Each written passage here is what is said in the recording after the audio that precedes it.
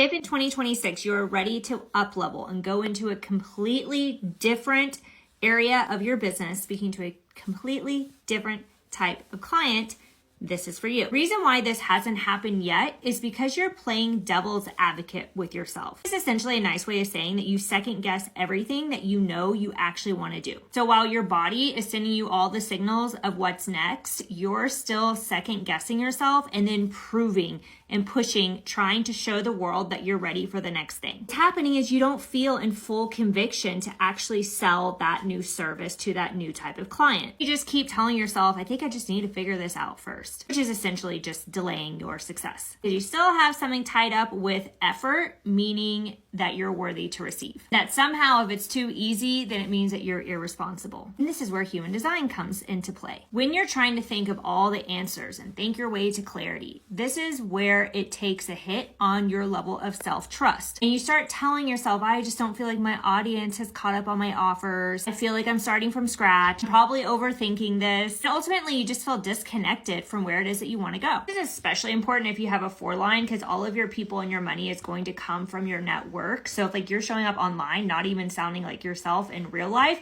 there's already a huge red flag here. You're never going to think your way to clarity, but once you get out there and you start responding to life and showing up as the version of you that you know you're ready to embody in 2026, this is when you become a person that people actually want to pay attention to. And you don't need to make some sort of announcement. You don't need to create some sort of package. You just literally need to show up as this next version of you and let people respond so you know how to respond back. But this doesn't include more steps or education, and there's a part of you that thinks, oh, it can't be this easy. This is the messy middle that everyone likes to try to jump across, because your content is going to sharpen up and people are actually going to recognize that they are your new type of buyer for your new product and service. Your business literally catches up to this new identity that you have, meaning that the momentum comes back and it's not something you have to force. You don't want to force a launch. You don't want to feel like you have to perform every day. You love your edge, so you hate watering that down. And the last thing you want to do is convince people to buy your epic shit. So if you're trying to think your way there, look back in hindsight and remind yourself how much proof you have